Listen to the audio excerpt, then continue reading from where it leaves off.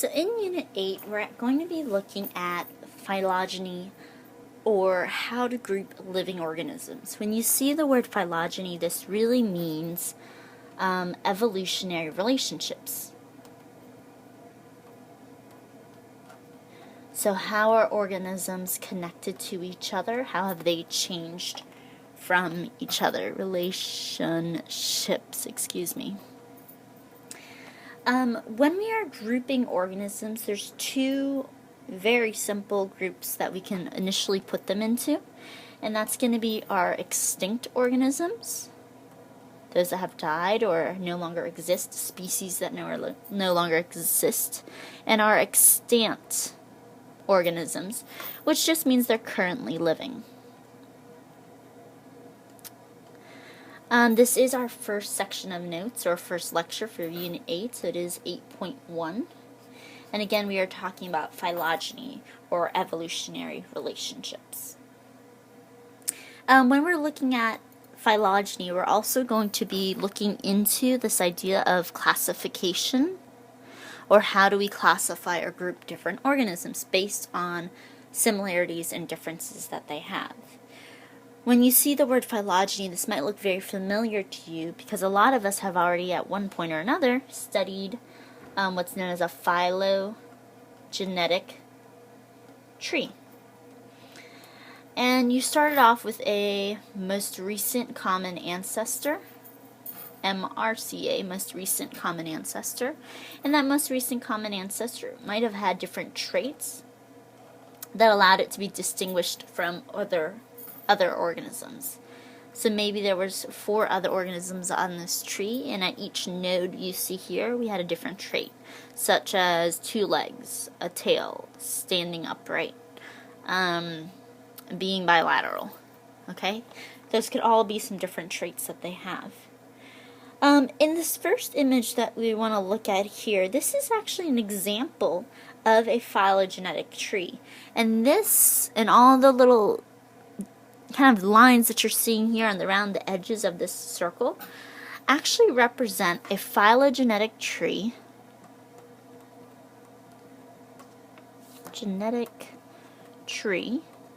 of over 3,000 organisms.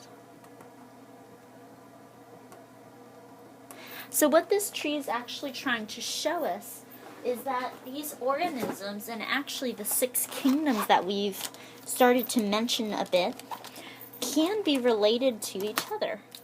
So our 6 kingdoms, based on this tree and kind of based on where we're starting off in this tree, the root of the tree, almost the core, the 6 kingdoms could have started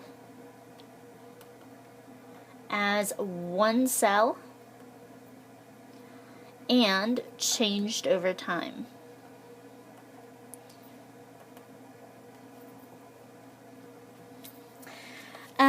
When you're looking at this picture here, this is an example of adaptive radiation. And adaptive radiation results in speciation, or results in the beginning or the introduction of a new species. So this also represents a form of diversity.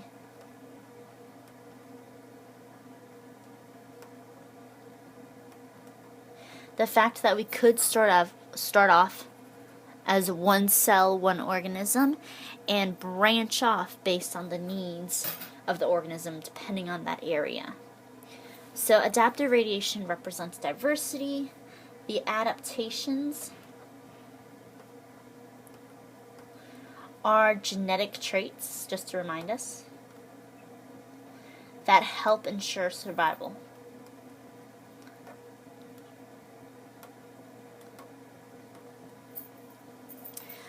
When you're looking at this image and thinking about how adaptive radiation can result in speciation, there is also a little bit of timing that you have to think about. What is the time frame of these things, of these occurrences? So for the time frame, for speciation, this is going to depend on the reproduction of the organism, the environmental conditions,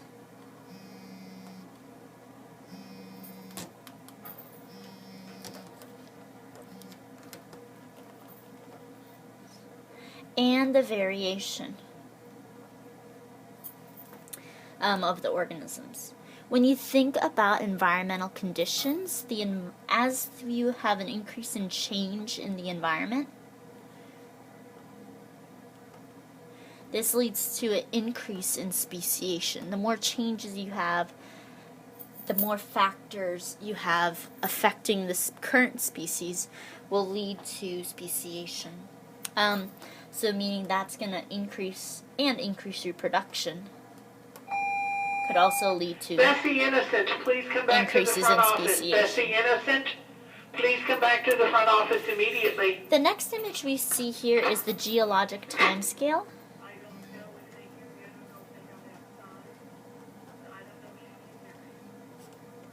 In the geologic timescale, this is an image showing us kind of when Earth began, or when the first living organism is found to be, and what currently do we have. Some things to keep in mind here, because this image is really showing you mainly the emergence of life, that Earth formed about 4.6 billion years ago. So Earth is approximately 4.6 billion years old. Life on Earth, however, began, and it's kind of a debate, that life began about 3.8 to 3.5 million years ago. And so this is going to be our oldest fossil record. How do we know this? Well, when we are studying the emergence of life, we're going to use radiometric dating. And remember that radiometric dating was also that radioactive dating. And we're going to be able to tie the age of fossils with events that occurred on Earth. So a lot of us know that with ice cores, we're able to collect the data from the ice cores and what chemicals are available or present at that time in different sections of the ice core, and actually be able to correlate that to conditions on Earth. So the same thing's happening with the fossils. A lot of times we're also able to collect that similar data and be able to determine what were the conditions of the Earth at that time. Other things that you need to pay attention to in this image is where you have your first eukaryotes about 2 million years ago. When you have this mass extinctions, these mass extinctions, we have to think about how did it shape the organisms, the current organisms, and how did it affect speciation. The last thing to kind of think about in all of this, in our first eukaryotic cells, is to keep in mind the idea of the cell theory. And this is something we've kind of lightly touched on so far. The cell theory is the idea that life comes from pre-existing life, or pre-existing cells. Okay? And so when we think about the history of the Earth and how the Earth actually formed, there's kind of a chain of events that you need to understand. So when we talk about how life began, scientists believe that life began through something known as abiogenesis. And abiogenesis means that we had molecules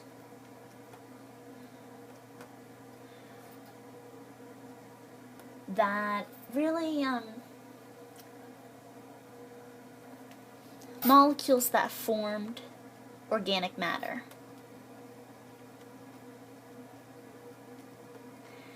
And the molecules that were there at that time in a very volatile environment were able to fuse together and form organic matter such as our nucleic acids and proteins. Moving on from there, we were actually able to form a cell.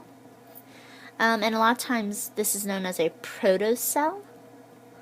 It's not quite what we think of cells as today, but that was kind of the first cell. And then after we formed our cell, we actually move on and have a biogenesis today. So we begin with biogenesis, and now with we begin life with abiogenesis, the idea that molecules were able to fuse together and form organic matter, such as nucleic acids and proteins. These organic materials were able to eventually form some sort of primitive cell.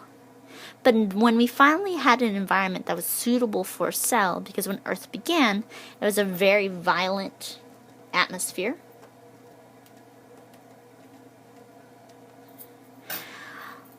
When the first cell was able to form, now the environment has changed into a more stable environment, and we're able to continue life from cells that already exist. Biogenesis, life beginning with life. Abiogenesis, life beginning from something that's not currently living. So what do the fossils tell us about Earth's early environment? I want to jump back for 1 second. This is how life continues. So when we're looking at the fossils, we're actually able to see or learn that the environment was very unstable.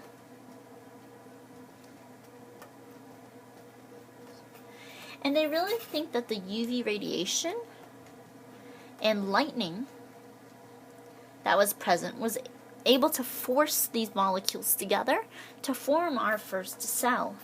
Other things that you really need to keep in mind is we had very little atmosphere, as in we had a very little bits of stable atmosphere or free gases, such as O2, so very little O2. However, we did have lots of water available, lots of heat or radiation. We also had lots of things such as ammonia and methane.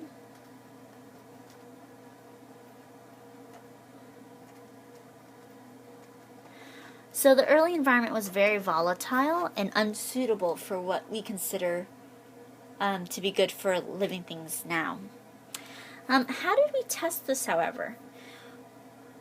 We actually test this by two scientists. Well, first of all, the scientists that debated that Earth was in this condition at the very beginning was someone named Operin.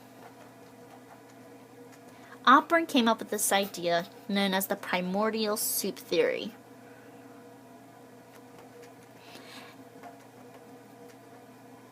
And in his theory, the chemicals that were available on Earth and the conditions of Earth being very violent, having lots of UV radiation and lightning, was able to fuse those molecules together and eventually forming a cell. So how do you test this? Well, you had two other scientists, Miller and Urey. They tested Operin's theory. So they took the idea that from non-life or non-living material, you're able to form molecules, and they were able to do this. They actually formed proteins. And although this is far from a cell, could eventually form a cell.